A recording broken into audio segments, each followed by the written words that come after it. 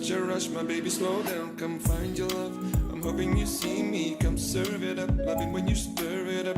That body belong on TV.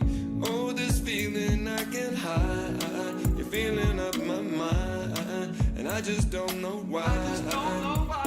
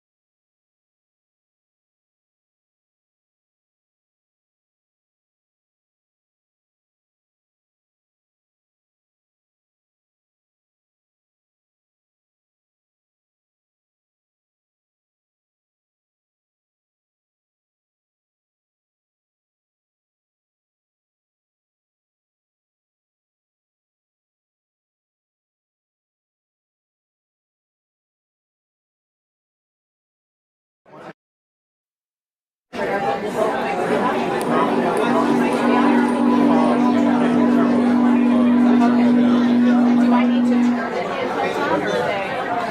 probably the mics up there. There's two mics up there. Yeah.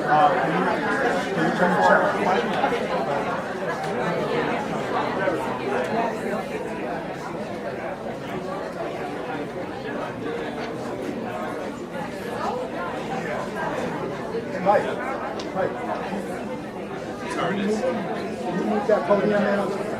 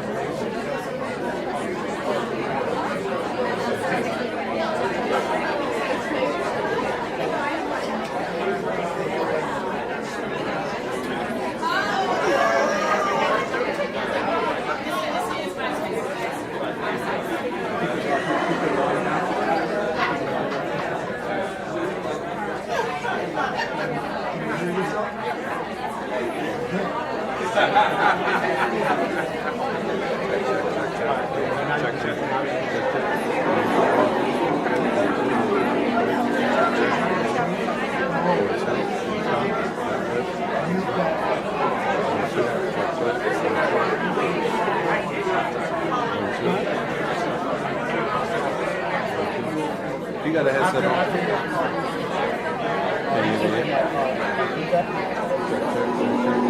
It's coming off of there.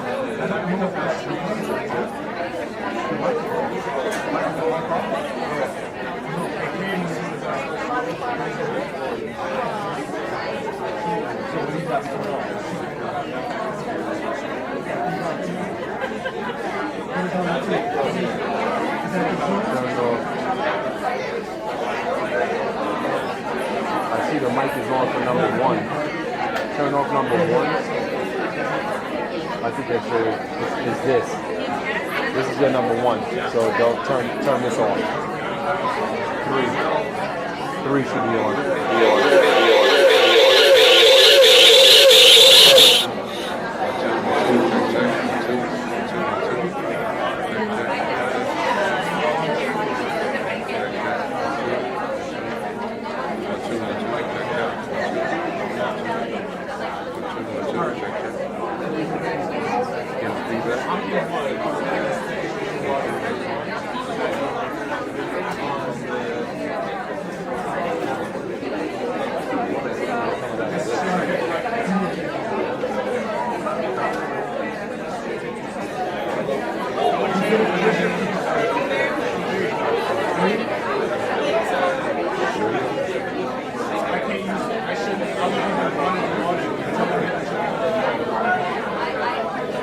Audio from there. That's number three.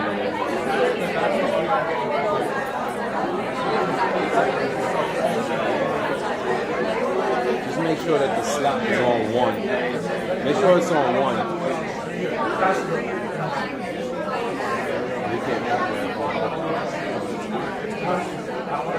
Yeah, exactly.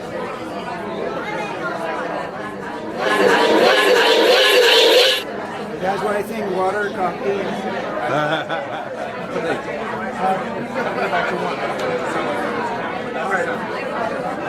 Alright, so are we there? Are we going to put them all on?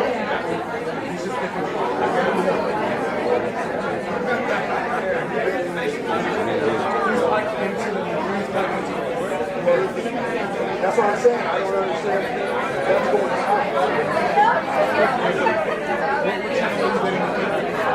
Is that because that's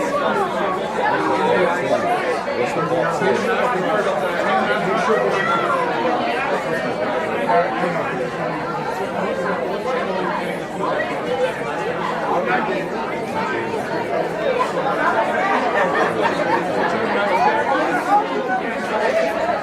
I'm going to bring you straight faster. Only in my hand.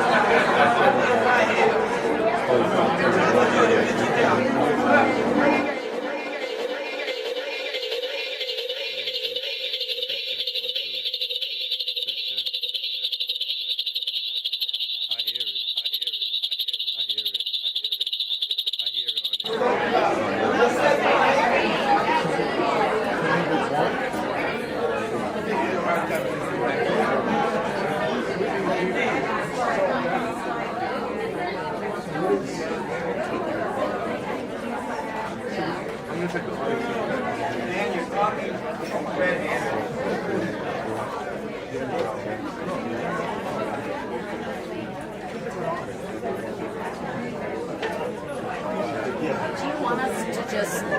that mic?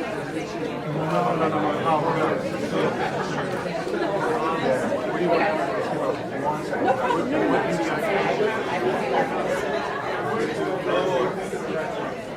1, 2, 3, 4, webcam. Webcam and the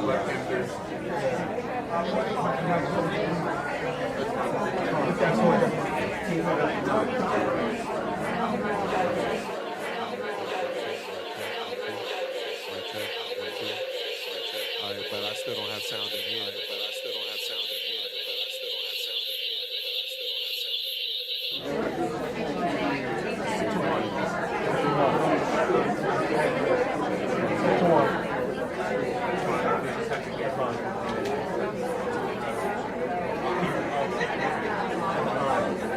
Can you even hear me on this microphone? I'm going to, all right, so This is not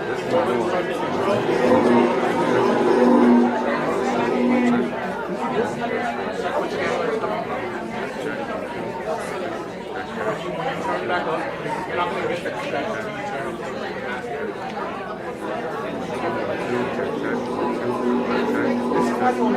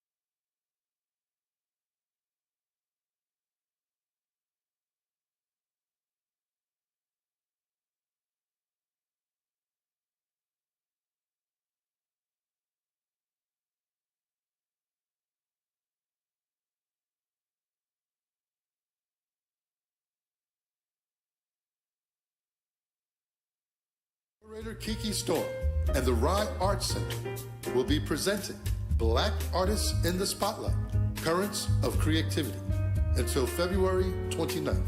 This exhibit features 20 phenomenal artists recognized worldwide. For more information, visit ryeartscenter.org or call 914-967-0700.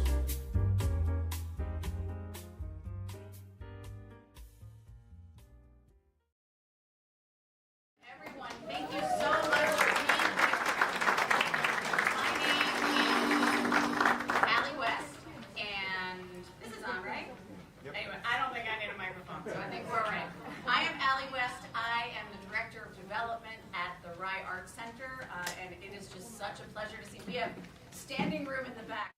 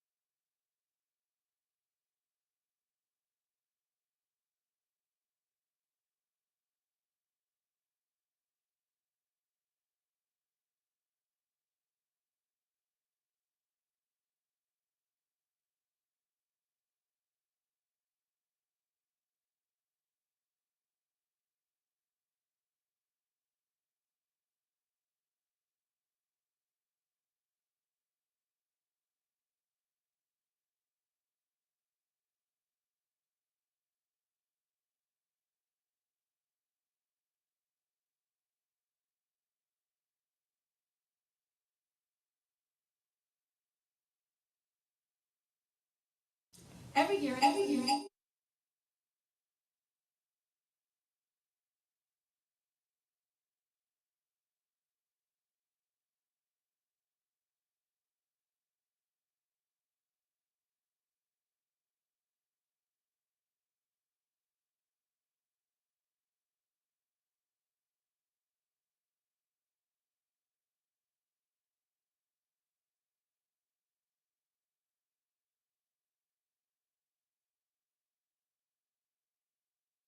So it will be a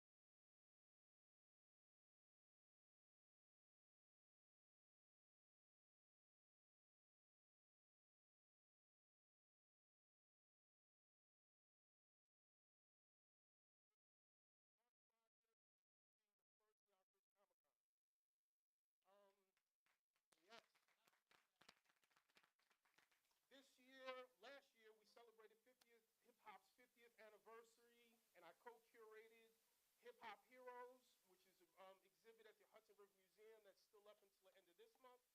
So thank you for going there, Kiki. Quick moment, the moment that ignited my artistic flame, there is a documentary called Style Wars. If you know Style Wars, it is a documentary about graffiti art, the emergence of graffiti art. When I watched that as a teenager, I pledged allegiance to spray paint and everything graffiti. Even in his own room at home. Yeah, everything. To this day, I use spray paint to incorporate and to engage art and the viewer. So now my painting. This painting, definitely got to big up my brother Lance Johnson, who's somewhere in the world living the art life. Our brother Khalif. We were actually on the phone back and forth. If you haven't seen it, you should see it. There's a documentary called Time. The Khalif Browder story. And when we watched that, we knew the story, we knew the bits and pieces from hearsay in the media, but this documentary kind of unveiled a lot that we needed to see. So Lance and I were talking, we were enraged, and we knew that through art, we can tell the story.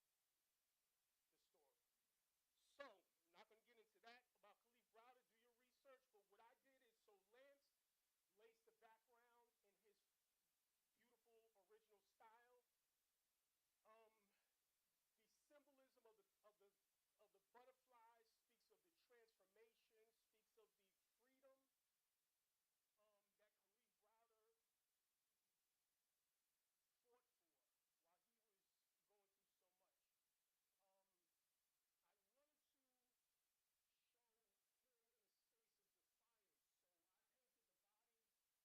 so I painted the body.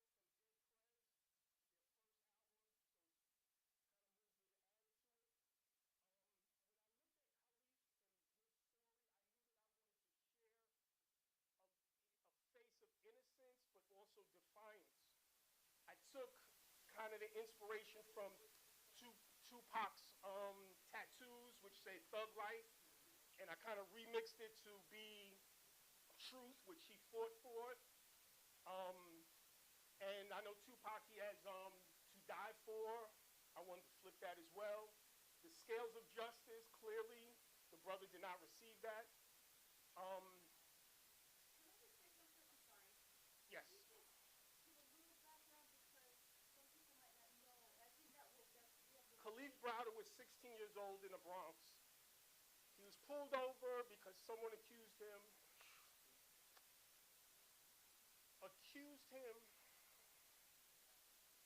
of stealing a backpack. He spent over 1,000 days in jail.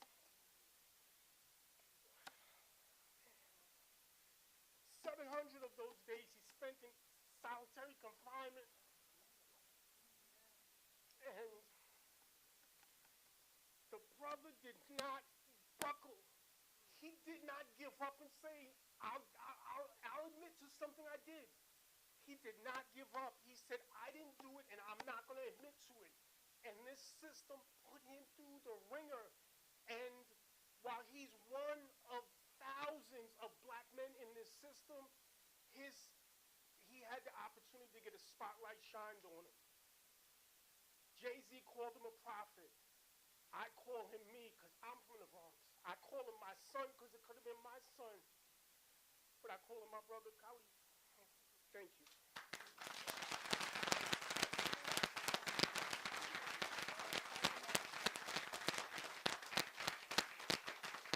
Thank you, Evan Bishop. Are we going to jump to Joseph Abu, or are we going right on to... Okay, so we're going to go to our next in-person artist. MC. Evan Neal. I gotta use this. Talk into this. Can I use this? Talk into this thing, yeah. Yeah. Let's try that. Or just hold it? No, we looks clip like a- this. We clip this. Okay, you clip it. I'm familiar with this. And we clip it. We clip it. Can you just clip it and see? Clip it. Clip me. Get me together. You get together. You look pretty together to me. Thank See you. if I can. You got it? No. All right, don't worry about it. Hold on. Okay, you got me? Oh, no, you don't wanna. I don't wanna hold them up. I got it. Oh, you got it? Here. All right. Good. Hi everyone. Hi everyone. Nice to see y'all again. For those who haven't met me before, my name is MC, Master of Creativity, the acronym, and I try to live by that to the best of my ability. I'm from Mount Vernon, born and raised. I've been painting for about 30 years now. I've been drawing all my life. It's genetics through my father and my grandfather, so I had that gift and didn't know it and just was trying to use it. So that's my story with drawing and introduction into art. Visual ecstasy. I created this because this is my favorite color, blue, as well as my baby. You see where she at? There she go. All right. Monochromatic blue because it's my favorite color and I wanted to be different. You know, I try to always strive to be different and unique and try to put a little bit of myself in my pieces. And plus, I think this is my interpretation of ecstasy if it was visual. I think it would be nice and bubbly and nice, pretty blue, and this is my interpretation. And this is Taraji P. Henson when she was young. Little that people know. Well, some people know that, seen it, but that's who that is, and I just took that and just did my own thing to it. So that's how you have visual ecstasy. Ah, man, we're getting into some good stuff. Okay, Mother of Pearls. This piece is so profound. It's very thought-provoking. It took me a long time to really think of the concept on what I'm going to put on her face, how I'm going to do it, following the contours of her face and her body, and what I'm going to put. So as you see, it's a butterfly because I believe most women, all women, are like butterflies. They're beautiful. They so precious and delicate, like a butterfly. So symbolically, that's what it represents to me. But they sting like a bee. True indeed. Yes, I love that. Yes, yes. So, yes. So, in the detail from the braids to each and every pearl, the shadows from the pearl, trying to make it as round as possible because the hand is not as steady. And just the time that it took into this piece, I was so well pleased when I finished. And I'm glad it's getting the respect and you are enjoying it because I enjoy creating it. And she's for sale. Let's not forget that. Yeah. Where did you learn to draw like that? That's a skill. Yes, that's it. Where did you start? Well, all my life I've been drawing. All my life I've been drawing. And then I met a guy named Frank Whitaker who took me under the wing and started teaching me about paint, color, training my eyes. You know, it's a lot that goes to art. So I'm glad you asked that question. Training your eyes, you have to train your eyes. Us as artists, we know we have to have that artistic eye to see things and have that foresight to be able to see things when it's not even in front of you. So that, he taught me that, strengthened that up, and once that strength, everything else fell in place. I became better, and I seen now things differently, and my approach became different. 30 by 40? 30 by 40. 30 by 40? I think it's 30 by 40 or 24 by 30. We have it out there. But roughly this size. But I can make it any size you want. Like I said, any size you want. Any other questions? Anybody? She's my muse, my baby right here. I created her up. I've just made her up, and I use her as my muse. Yes?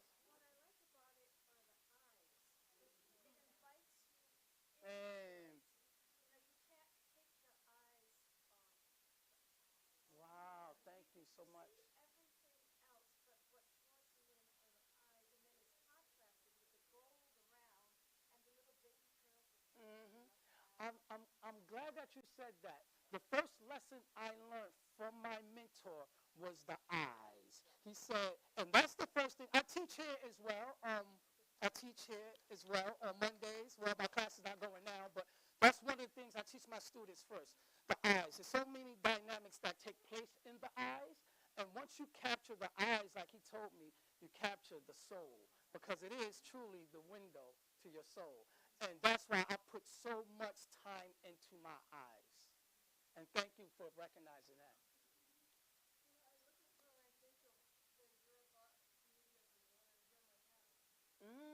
Nice, nice. Ooh, nice. Thank you so much. Thank you so much. So once again, I am honored. I am pleasured to just render my service to you all and humanity. And thank you for appreciating my work. It means so much to me. Now, please, just bye. Excuse me. I need Oh, that. yeah. Yep. Thank you very much. Awesome. Thank you, Kevin. Okay, so now we're moving along to in person. Okay, so Kevin, we've got in person, we have Alvin Clayton.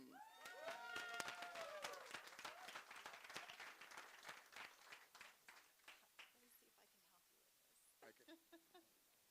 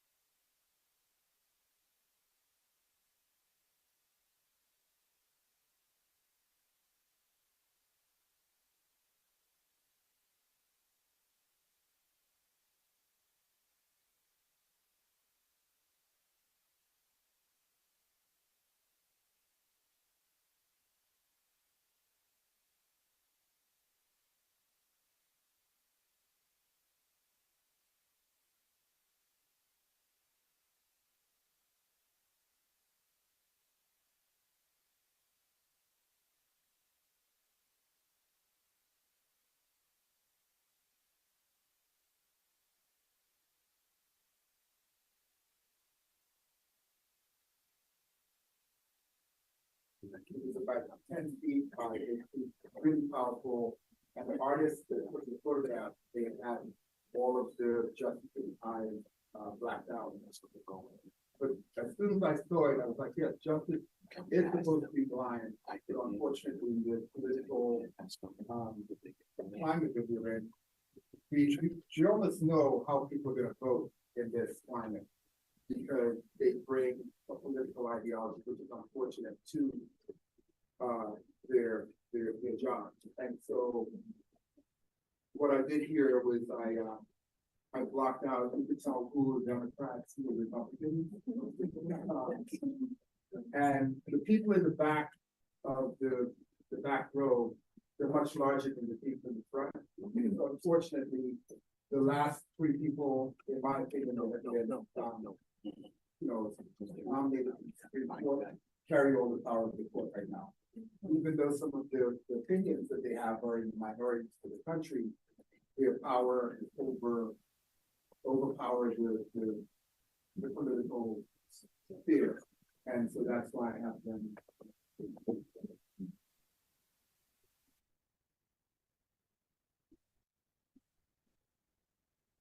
With all the stuff that's been going on, I've just been had this feeling of like drowning. It's like everything has been so overwhelming.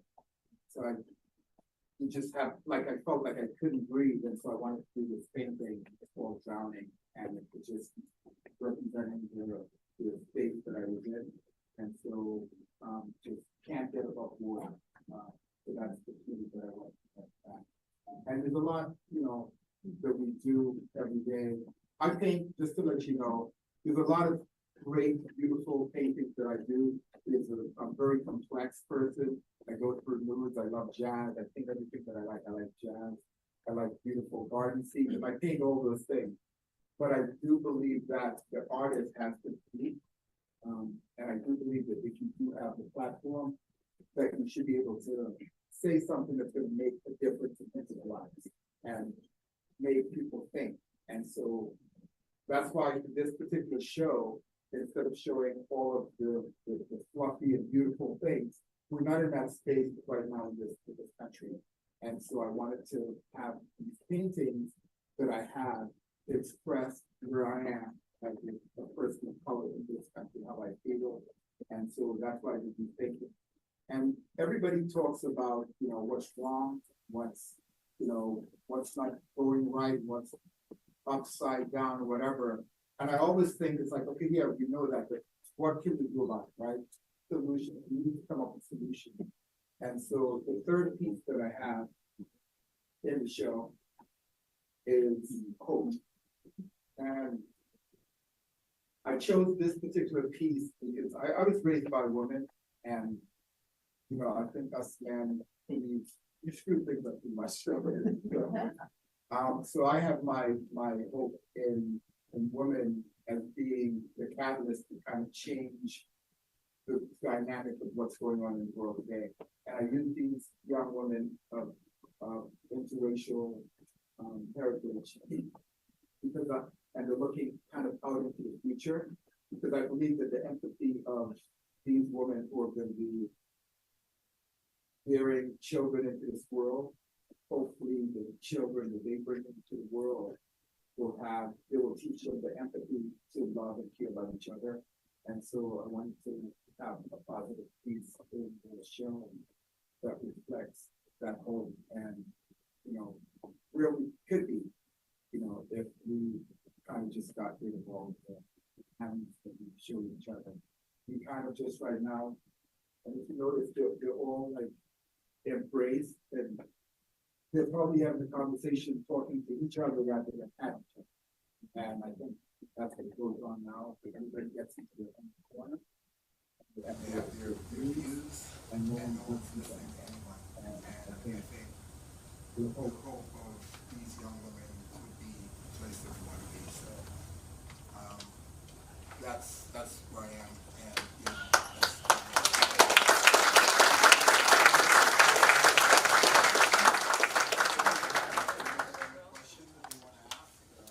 And all my paintings are oils. I started being influenced by Henri Matisse, and I think in the last 2 years, I really think that I've actually found my own voice in my paintings. Even the paintings that I do of gardens and different things like that. But I really like the voice that I use right now for my work, and the stories that I have to tell, and it's not so perfect. It gets the stories out, and that's very much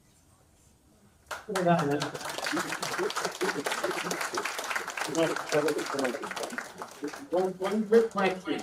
I can't help but think of the grid. Are you familiar with the grid, the clouds, the heads, the figures, you don't really see the heads, or is that naturally that the form?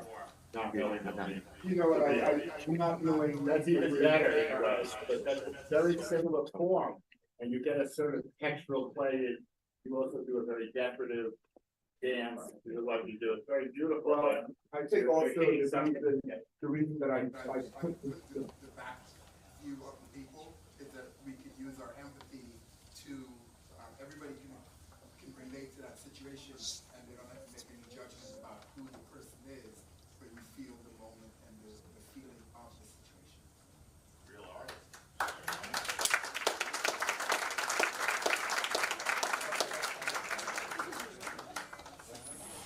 Now we have a Zoom. Yes. Okay, we're gonna try. We have Joseph.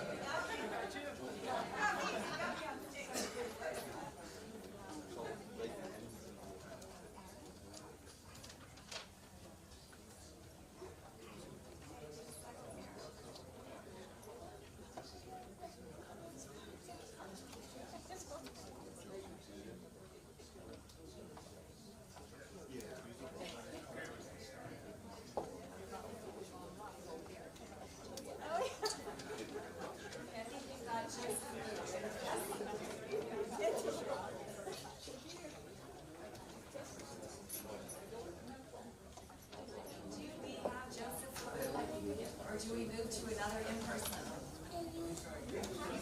Okay.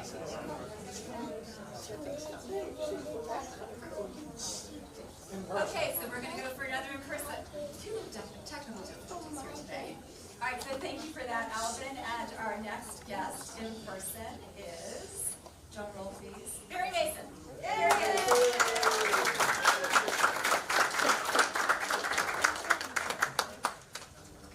Hello, everyone. Thanks for being here. And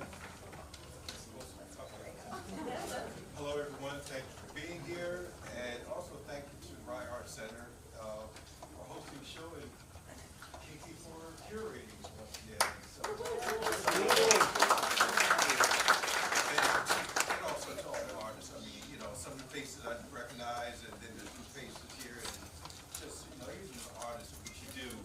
I'm just always in awe of just looking at other artists' work. I mean, just what it is. I mean, it's just kudos overall. Okay, a little bit about me. As you can see here, my works are shaped canvases, something I've been known for. I've been shaping my own canvases since 1981, so it's been a minute. Shaping my own canvases here. I guess a little bit of backstory on me. I'm from a small town, Snow Hill, Maryland, on the Eastern Shore, one stoplight. So my backyard or front yard or backyard is trees, front yard is now trees where I grew up. Before they were like corn or soybeans, or if you go down the road, cattle or whoever that was growing or grazing or what have you. I did not know anything about far as art or artists other than Norman Rockwell, Michelangelo, Leonardo, and others did art. But as a young boy, I was always drawing, catching, drawing pictures when I say my father might be asleep, I'd catch him sleeping or what have you, or something in the newspaper or magazine, whether it be an animal or a landscape. And also during a time in the 6th grade, started building. People say, well, where does construction come in? I've been building and creating as well from drawing, but also building all my life. The last thing I built was a wall unit that's in my late parents' house that was from floor to ceiling. So I knew a little bit about woodwork and building. Also, artists that's been around for a while attested this. Back in the day, every artist had to build their own painting structures. You didn't have like with Blake and all the others that had all the multi-sizes, the canvas already stretched. We had to do all that. So I was building my own painting structure, and that was where I was at Indiana State University, and that's what also opened me up to abstract expressionism and look at these paintings by Jackson Pollock, Robert Motherwell, so on and so forth. And our history teacher, I think it's like Robert Mayer or what have you, and back then you could smoke in class. Chain smoker, and bring up all these slides. And he always said, you don't understand until you see it in person. And so I actually got a chance to see a real Robert Motherwell or Jackson Pollock or whomever in person was. I traveled because I would drive from Snow Hill, Maryland, 18 hours driving to Indiana State University. Back then I was out there, I used to photograph Larry Bird and Kurt Thomas, so you know. So I'm giving away my age, but that's okay. And on my way back to the East Coast, I think school break, I stopped in, I think they opened up the East Wing in Washington, D.C., and I actually saw a huge Robert Motherwell, William de Kooning, Jackson Pollock, all these artists. I was like, I got to build something large like this. And so that's why I got into building from small paintings to really large paintings. In 1981, I did a particular sketch, and I had a little piece to go around it. The only thing is, sometimes we think as artists, but we shouldn't think. And so I thought that, okay, well, I'll have this in metal going around it. But only thing, I didn't know how to weld. So, but I knew how to build, and so I built the shape, go around it, and that was the beginning of my shape pieces. I've been shaping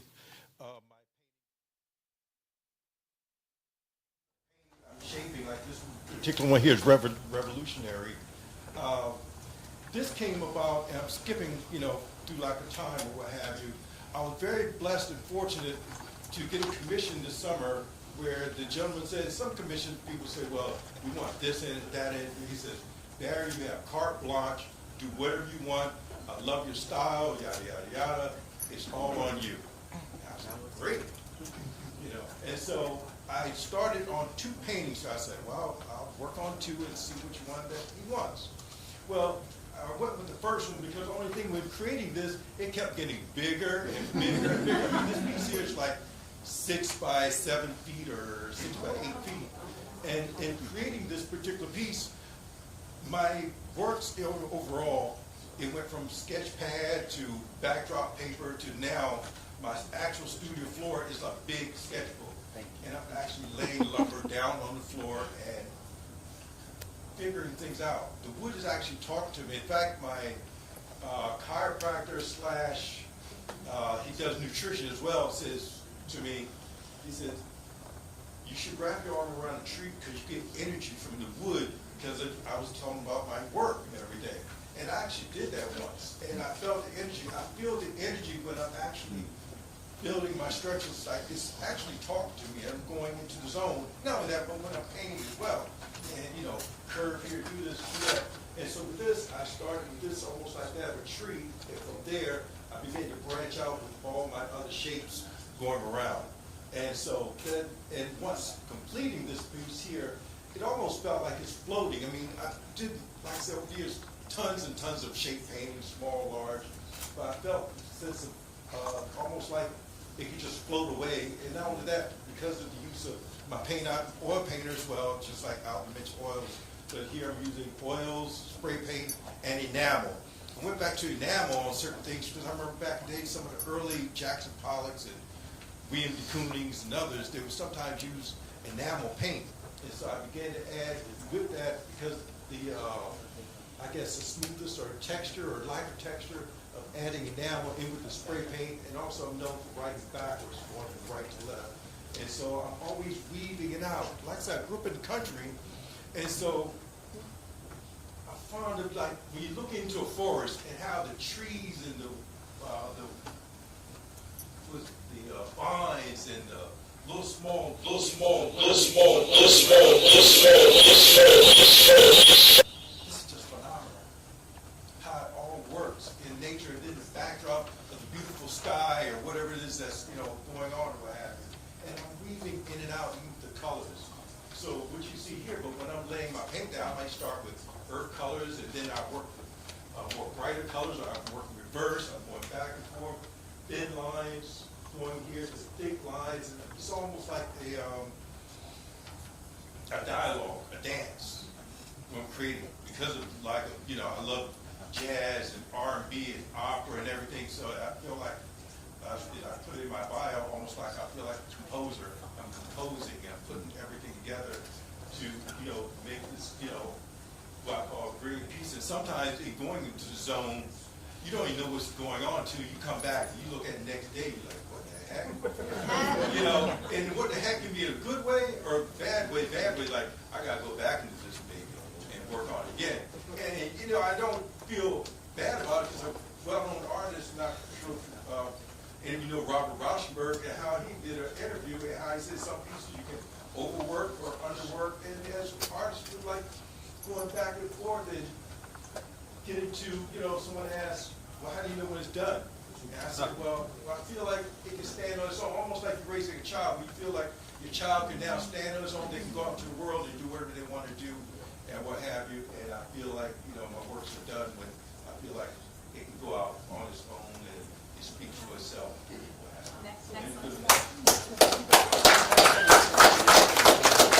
This one here is project interpretation. And just like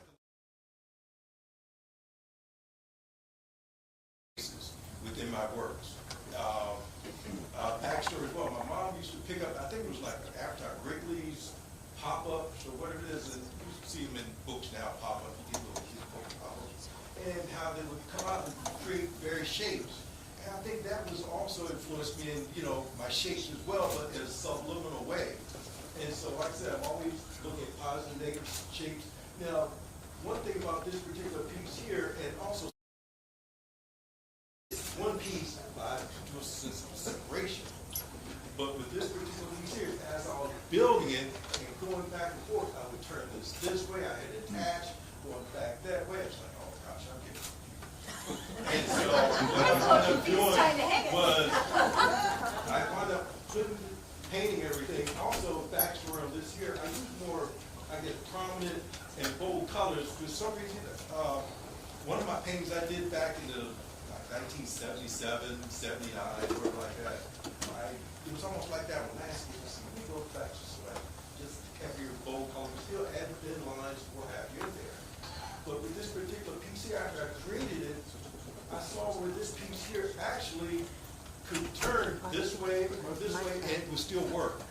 And it was like, okay, I think I stumbled onto something new here, or what have you, that I can apply to maybe some other paintings from time to time. Because certain things work and some things don't. And with this, it actually worked where I can take this piece here and turn it, or this piece here back this way a little bit. I think in the gallery this hangs a little bit this way here, and then this goes like a little bit more. So it basically proved my point of, okay, I can do this. And so anyway, so this is project interpretation. So let's say if someone bought the piece and during the winter they wanted to hang it like this, and during the summer they say, well, I want to turn this way, or now I want to move it to from a living room into den, because it's a bigger wall space, and turn it that way or this way. Okay?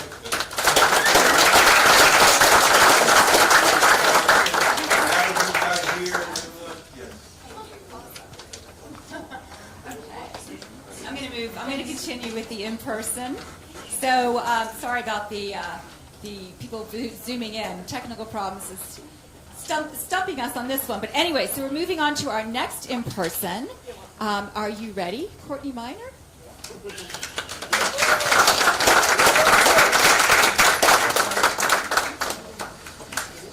Awesome.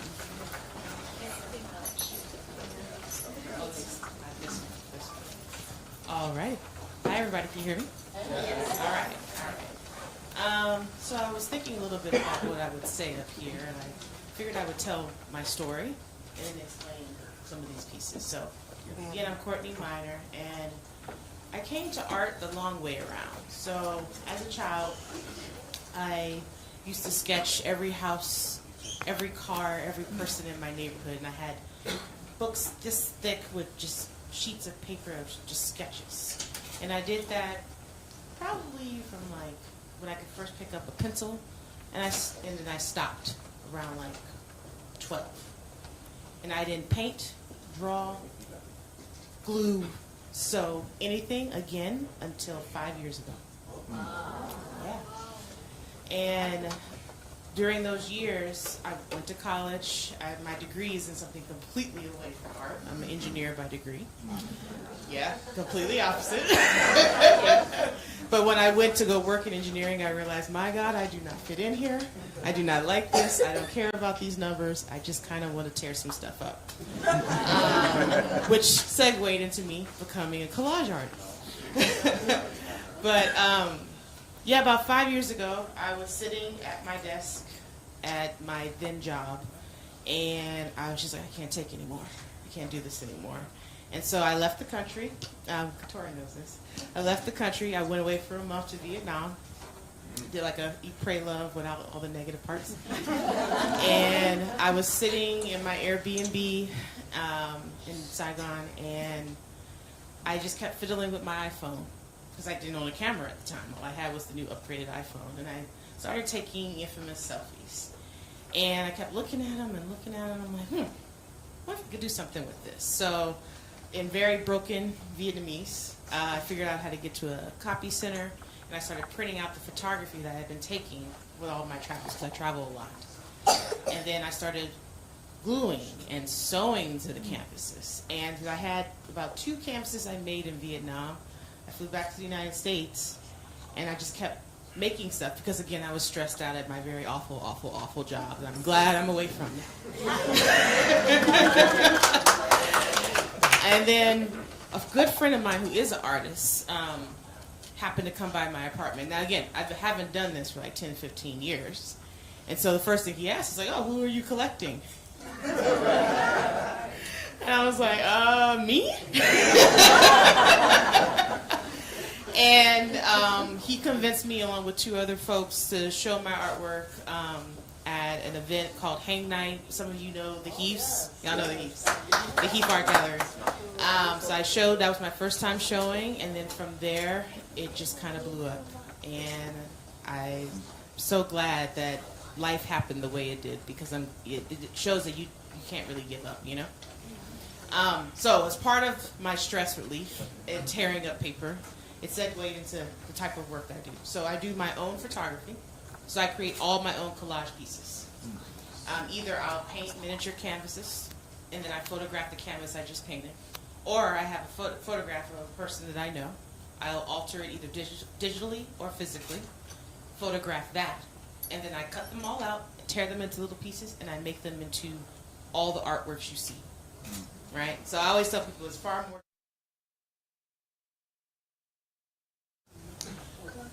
Now, in the recent years, probably about 3-4 years ago, actually the night that George Floyd died, I was really overwhelmed with emotion. And I was making my collages, but I just felt like I couldn't get what I was feeling out, like what I wanted to say, and I was like, forget this. I'm just going to write it. And that was the first night I started doing graffiti. So even though my 2 works that are in this show don't show my graffiti, all of my new works show a mixture of collage with graffiti, with paint, and with spray paint.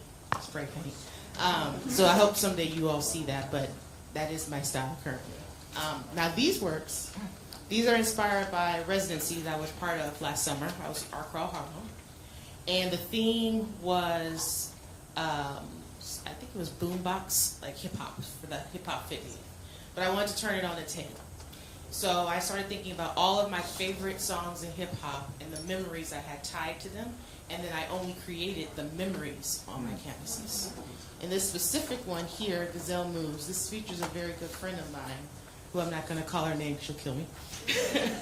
But she was in the room, she was just spinning around and she was dancing, and it was tied to a song that we were hearing because she was dancing to J. Cole, She Knows. And she just kept moving and bouncing, and I just captured that moment, and I kept saying, I'm going to use this for something.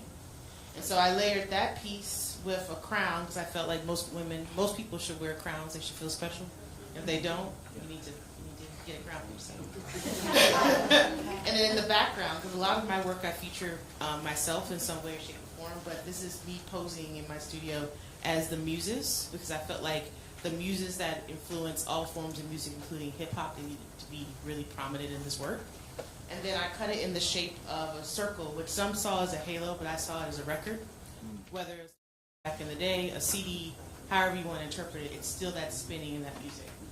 And they combine together on a black background. And all of my black backgrounds, whether this body of work or others, I think of it as like a black hole, so that the image, the work, the landscape I'm creating, it feels suspended in space. So that's the background behind that. So that's Gazelle Moves. And then my second piece is, I guess there we go. So this is my second piece. This is Imagine That.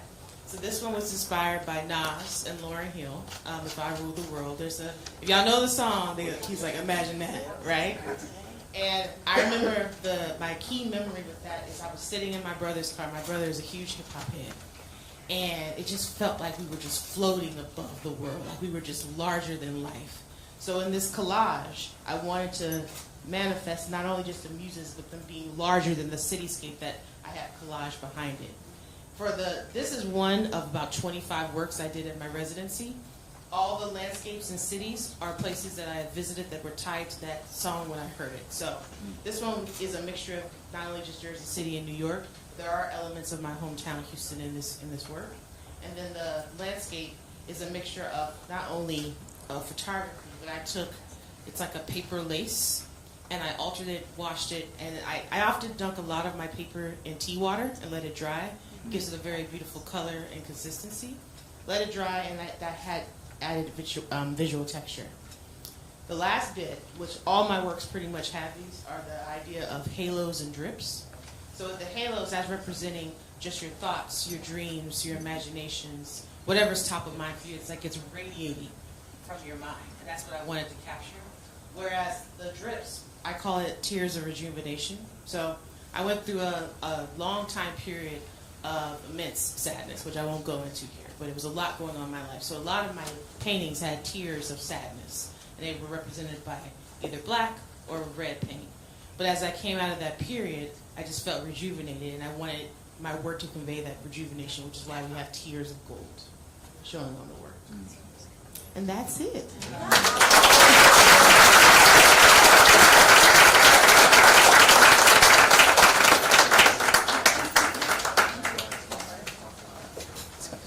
Thank you, Courtney. And our next artist, which we are featuring in person, will be Brian Small.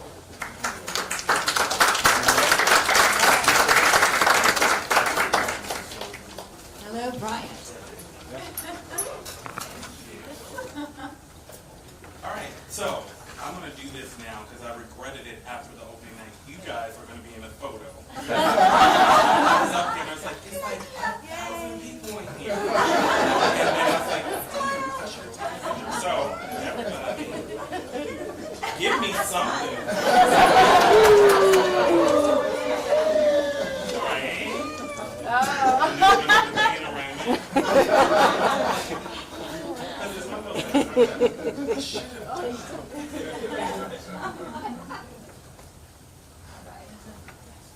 All right, we got everybody. Okay, so You forgot to do a Grammy selfie, like you said. On the screen, turn the other way so you get the screen. Let's do it.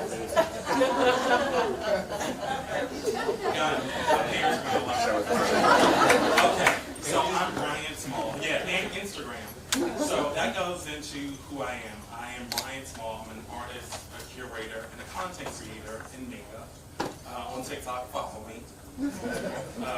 Bfly777 on Instagram, on Facebook, TikTok, everywhere.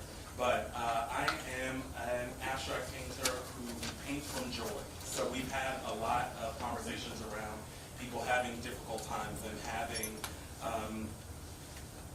experiencing what's happening in the world. I live my life in delusion.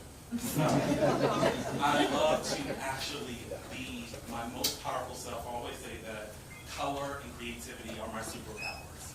So I only use art for good. So if I'm feeling bad, I'm having a tough time, I do not touch art. Art is a safe space. Art is for all the good stuff, the best parts of myself. So I only paint during that time because I realized, one, the paintings aren't for me. They're for other people. And when someone decides to take one of my paintings into their spaces, I want them to have all the juju. All the best parts of myself is in that work. So you can trust that when you see that in your home, I want you to have that moment of, oh, okay, that makes me feel good. And knowing that it's created with the best of intentions and sharing the best parts of myself. So I'm going to try and make this quick too. Alcohol ink is the medium that I work in. It's not a common medium that most people come across. Generally, they don't. But alcohol ink is a high pigmented dye that when it comes into contact with rubbing alcohol, 91% or higher, it causes the inks to move around. So I don't have a lot of control over what it is that I'm doing. But it works best on non-porous surfaces, glass, metal, tile.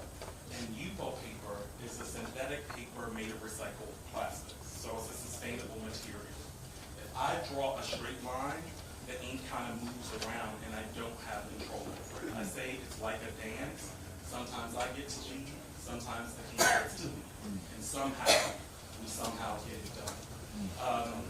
So it is very hard to control. So if you say, I want this painting, but I want it in blue and yellow only, I can't do that. I'm able to get, there's certain techniques that I'm able to do to manipulate the work to get it to do what I want it to do, but I'm not able to recreate a painting. So every single piece of art that I do is an original piece of work. I do not do prints. It's one and done. So it's a unique experience that I try to have while I'm creating it, and knowing that if someone were to take that, you are the only person in the world that has that piece of art. And there's no one, even if they beg me to, I can't do that again. Period. I can't.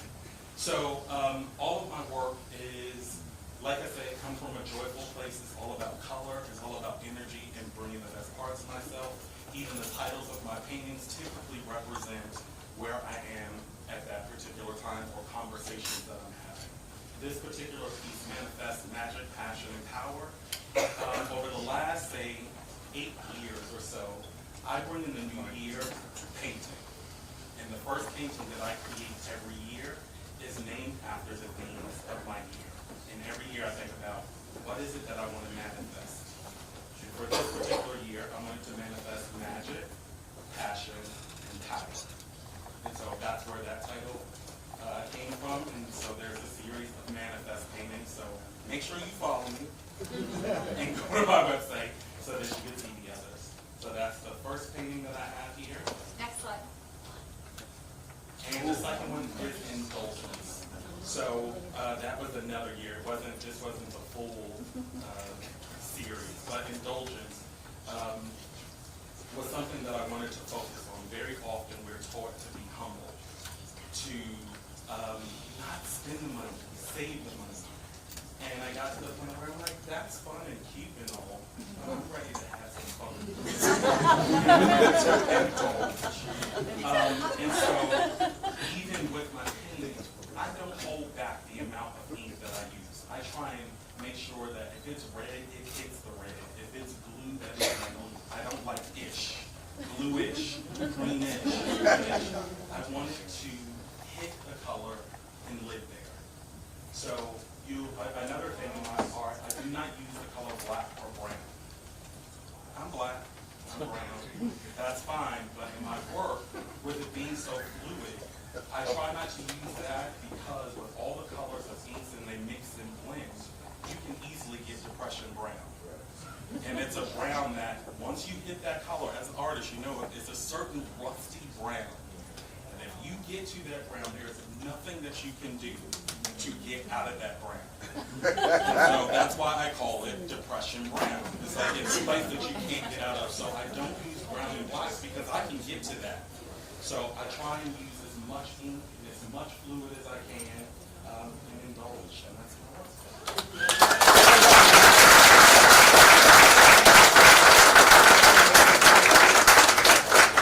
Okay, we have 2 more in-person artists, and we are introducing Dennis Shelton.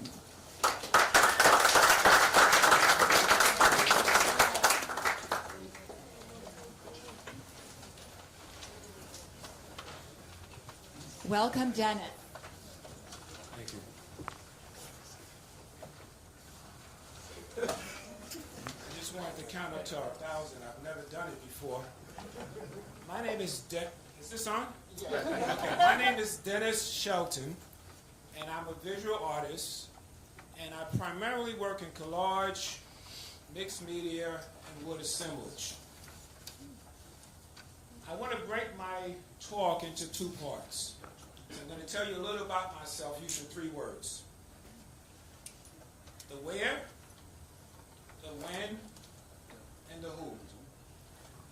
Where? I was born in Montgomery, Alabama, in the United States.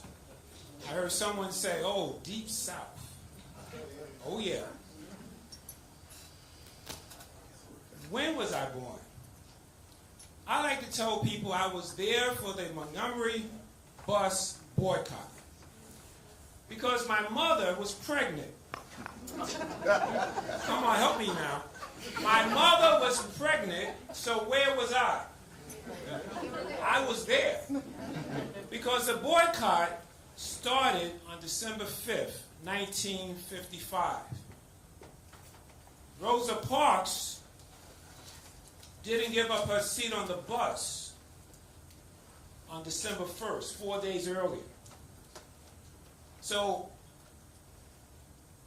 what was the 3 words? Where? When?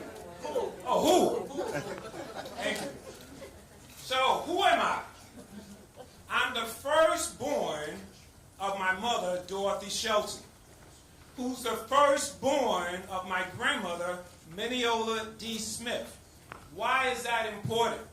Because my grandmother was on the bus with Rosa Parks. Not get up off the bus, off the seat. So why is that important in my work? Well, I was predestined to do this type of work. I am Black history. Black history for me is not a month. It's an existence. My grandmother is the last living witness of that day. So, when you have a moment, you Google Mineola, D. Smith, and Rosa Parks. I'm going to say it again. Mineola, D. Smith, and Rosa Parks. And my grandmother is going to be, I think, 103 this year. So you can get behind it. So that's the background of who I am. So I said that because this work is not something I do. It's something that I live. Do you understand? So the 3 words for this work is unity, harmony, and movement. It's unified by the color blue, and that blue represents water. So on the bottom of the work, and this is called Seats for the Ancestors. So this blue is water, but the entire canvas is water. So water unifies the work, and water is life. If there was no water, we would not be here. So the water represents life, and it unifies this work. Second word, harmony. I wanted a word that debunked the myth of the crab barrel story. Does anyone know the crab barrel story? The crab barrel story says that as black folk, if one of us get near the top, let me go back. The crab barrel story is we don't need a top for the barrel because we're going to keep you, brother, from escaping. We're going to keep you, sister, from escaping because as you get to the top, what do? We pull you right back down. And this work debunks that. I wanted to show love. I wanted to show harmony. I wanted to show unity. I wanted to show togetherness. And I wanted each group to be balanced and equal. And I think I achieved that. Our last word. What was it? It was movement. And there's an upward movement in this work. There's an upward mobility to our people. We are never in the same place. Am I right, Barry? We are always moving up. And so this work is moving up. That's why these beams on top are going off the edge. Because this is not the end of our story. We are moving up and up and up. So, unity, we are together. Don't be fooled by the media. Don't be fooled by the stories that Channel 7 and CBS and News 12, oh, I can't say News 12, I'm sorry. NBC. We like Channel 12. But don't be fooled, because we are unified people. We've been through some stuff. I was speaking to a young lady before the talk, and she came over to my work, and she stood there, and she says, you know what I see? I said, what? She says, I see struggle. She says, your people have always struggled, and that's true, but we are overcomers. And this piece is saying that beyond this, we are still going higher and higher and higher. And these are seats for the ancestors. I am not here by myself. I am not here because of what I've done. Each group has a stool that's empty, and that represents our grandmothers, our grandfathers, our Booker T. Washingtons, our Carvers, our Frederick Douglass, our Sojourner Truths, and even the ancestors that are in our families right now deserve our respect because we are not here by ourselves. Seats of the ancestors.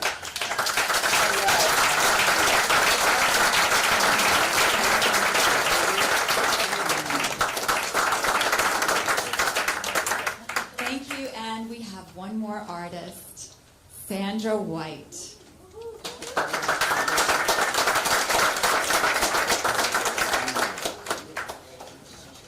Welcome. All right. Hello, everyone. So, I'll start off with my background. I did not have an art background at all as a child. I didn't know anything about art even through my adulthood. I lived a life of, just like everyone else, I worked, I developed passions and hobbies, and I had a good life. I had a marriage, and when the marriage ended, I was blessed to find love again. And that was in 2012. And Stanley introduced me to art. He is a retired artist and a photographer, and he gave me a piece of charcoal and said, just go ahead and try it. And I did, and I found that I had a talent that I did not know that I had. And this opened up a whole new world for me. Started having fun with charcoal, doing some portraits, moved into pastels, which is a whole other medium, had a lot of fun with that, was doing landscapes, then decided to take some classes. And I did this for a couple of years. It was only for my own satisfaction. Was not really sharing it with anyone at all. I showed pictures of my work to a relative, and this relative is an attorney. She was a contract attorney, one of her clients at the time, up and coming, Bisa Butler.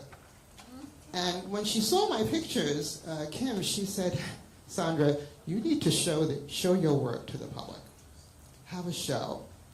And for 6 months, we worked together and put together an exhibit in my apartment.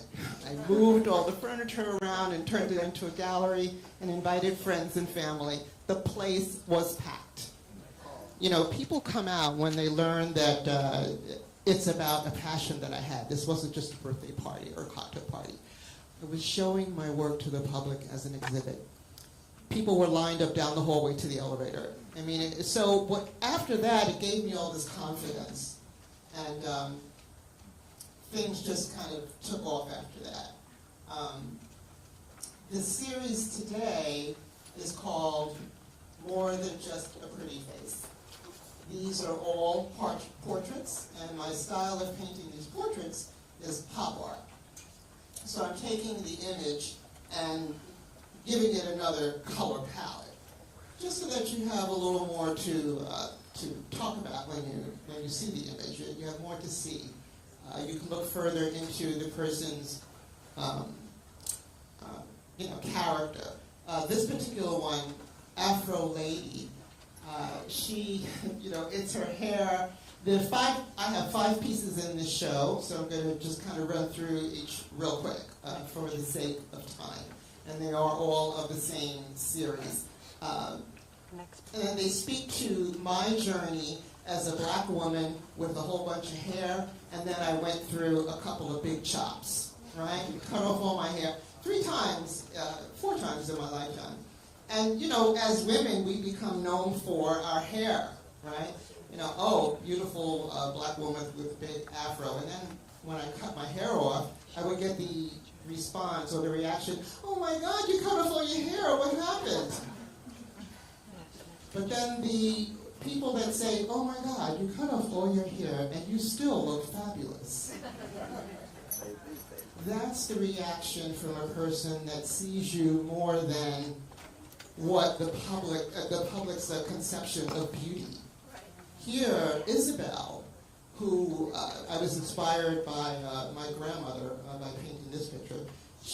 When she came here from Puerto Rico, she had very, very short hair, very nappy, and she went through being made fun of and bullied, but she was very proud. And she's a beautiful woman. The next image also is, let's see, I have to take some notes since I have 5 of them here. The next one is Sophia. Sophia has a large afro. Now this is Sophia is a model from Madrid, Spain. I was drawn to her because she has dark skin and very sensual curves, and it reminded me of myself. So I changed up the palette and made it a little more interesting, a little more colorful. The fourth image, she is Faith. And here you have a woman who has chopped off all of her hair. So she's unburdened by the hair, and her baldness is a symbol. The next image. Her baldness is a symbol of her strength and the triumph over adversity. And the final image is a picture of a fashion model by the name of Adut, the final image. She is from, when they catch up, the final image is Adut, and she is from South Africa. She is a very successful model. Yeah, here we go. She's a very successful model, but she came from a refugee camp in Kenya, and was also made fun of by her looks and her dark skin, and overcame all of that. And now she's very, very successful. All of these images are a reflection of, really, of me and my life. My journey as an artist is still developing. You know, my artist family here, they're very successful and have been doing this for a long time. I'm relatively new, but I've been very, very fortunate. I've had opportunities drop in my lap, and I've taken advantage of them. And thank God, people are responding, and I've done a few of these shows, and each show that I do, at least one of my pieces sell. So I'm so grateful for that. I had reached out to the Rye Arts Center a couple of years ago, saying, "Oh, look at me, I'm really good. Can I be in your show?" And the answer was no, the show was full. So I just forgot it. But then I did Heath Gallery and Kenton War Gallery in Harlem, and the Blue Door Art Center in Yonkers, fabulous organizations. And this year, I got a new follower on Instagram, and her name was Kiki Storm. And Kiki really loved my work. I'm like, oh, okay, and invited me to do this show. So I'm very, very grateful to be here. Grateful for all of the opportunities that I've had. And if you have any questions, we can wrap this up.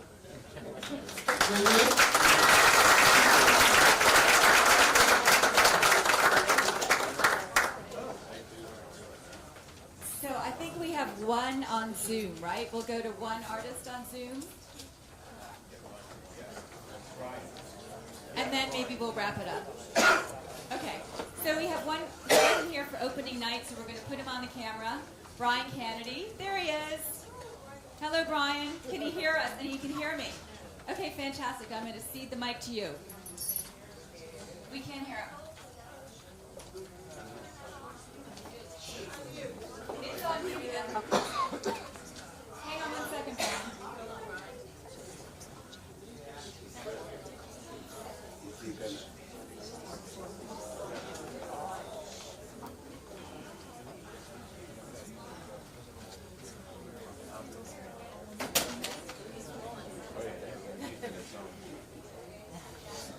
Few more seconds here. Can we get him off mute? Talk to him through your mic. Let him know he's Brian, can you hear me? Oh, there he is. Okay, start again, Brian, because now we're hearing you. Start. The particular sandbox or body of work that this piece is a part of. It is called Rhythm. So this is Brian Kennedy.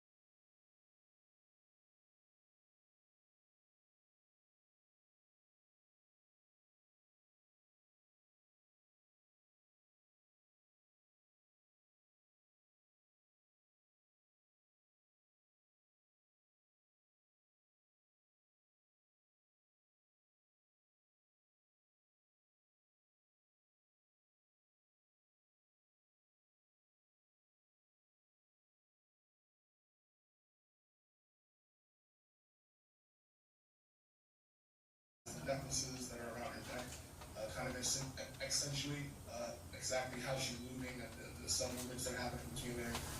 That's a little bit of a nod to my formal background in animation. But that's kind of where that piece sits within my overall body of work. The work that I usually do is a combination of different things. I refer to myself as a multimedia artist. So I've worked with everything from murals. I have a large amount of murals in a detention center up in Valhalla I was able to work with during the course of the pandemic, as well as murals up in Yonkers and their Mahisi municipal buildings. And all the work with illustrations. I have a big background in other things, such as like comics and that kind of stuff. So all those things find their way into my work. And that's kind of where that body of work is taken me so far. Interested to see where it's going to take me in the months coming here. But that particular piece for me is really representing those particular things about my journey at particular sandbox.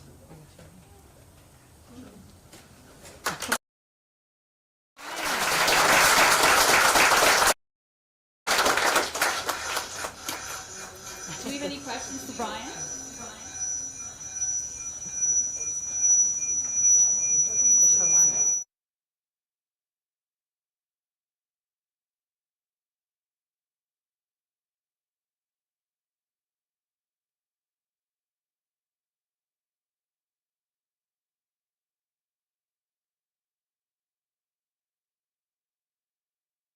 In the gallery. I'm really, really thrilled, and I'm so happy to share them with the community.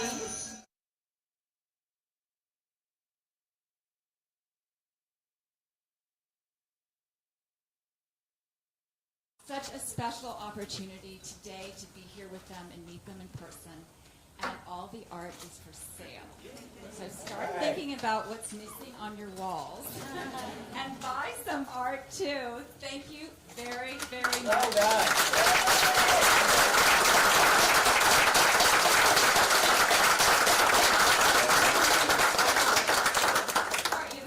Yes, question. Go ahead. This goes to all the artists and some of the other artists. Some people call me a BS artist. We all artists. I wanted to know what inspires the artist, what inspires you to start a work, and when do you know that that work is finished? Because I look at a lot of people paint, and I see all the detail that they put in, and I go, wow, I didn't think about that. And I'm saying, what makes them stop? When do they say, well, that's it? I think, I'll jump in. Go ahead, Brian. I think the starting of art, there's sometimes where there's nothing that can keep you from creating. Like in the moment that inspiration hits, and sometimes that comes from being around other artists, they will create something so powerful that you're like, I need to get my hands in the studio and paint now, because you can't help it. But when it comes to stopping, the moment that you stop, it's different for everyone. Some people would, for me, I paint till I don't hate it. Like, okay, I don't hate this. This is okay. And there are other times where I go, if I drop one more piece of ink, I'm going to destroy the last 3 weeks of work. So is it worth it? Is it worth it to take the risk or not, or am I good? And you have to know, for me, that's when I know that if I'm fearful, if I do one more thing that I'm going to mess up my work, then I know you've done enough. But I think that's different for everyone. That little detail sometimes is like, is it worth it or not? And then there are other times that you're like, this is never going to be done until that little detail gets in there. And if I could add to that, I was going to say, when you step back from the artwork and it looks back at you, and you have this communication where you're like, you know what I'm saying? It's like, you don't get bored of looking at it. So it's like kind of like the artwork, kind of like, it's like, let's continue this conversation without movement. Then, for me. To me, it's what do I want to say? For me, it's what do I want to say? Why am I saying it? And who am I saying it to? And once I have my idea in my head right away, I answer those questions. And when I look at the canvas and the canvas says it, and it answers my question, it's done. And I move on. Just say, me,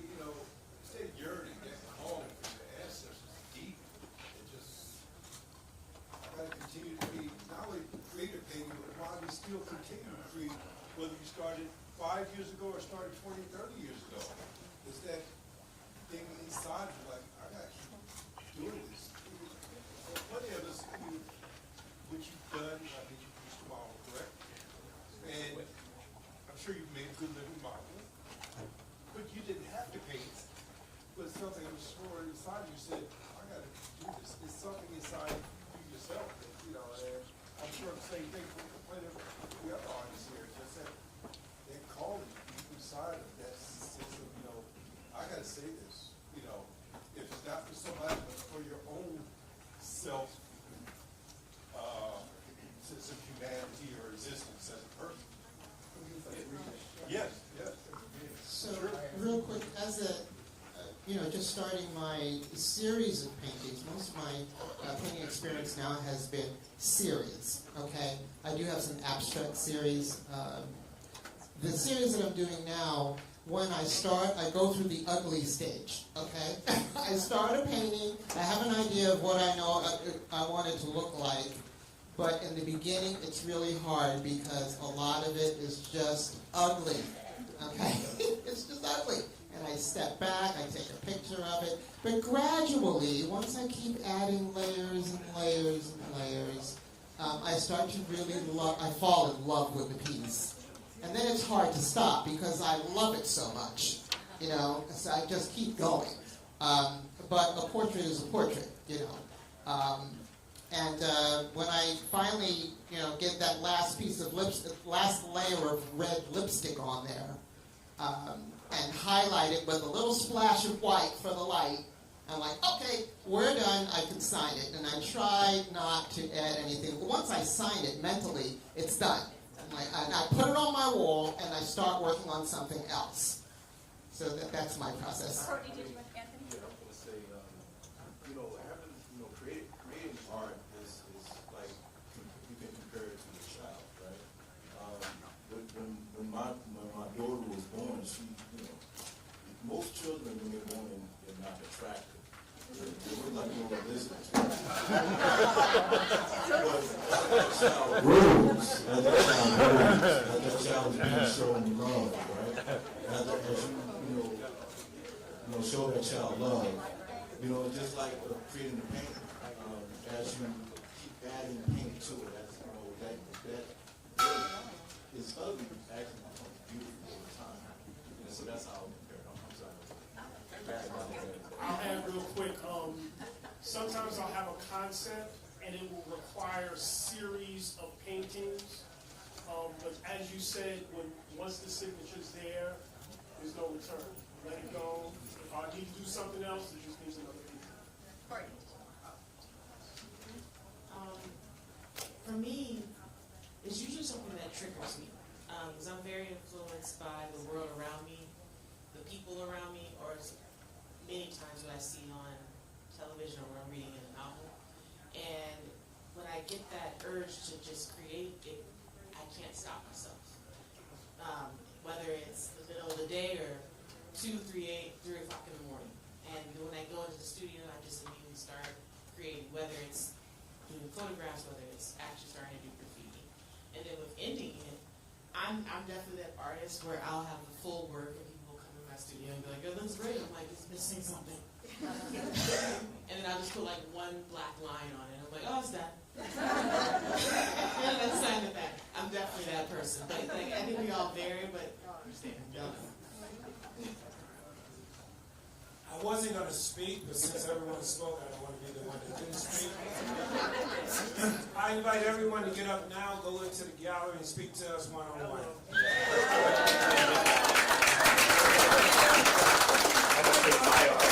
Thank you very much. We'll move into the gallery now.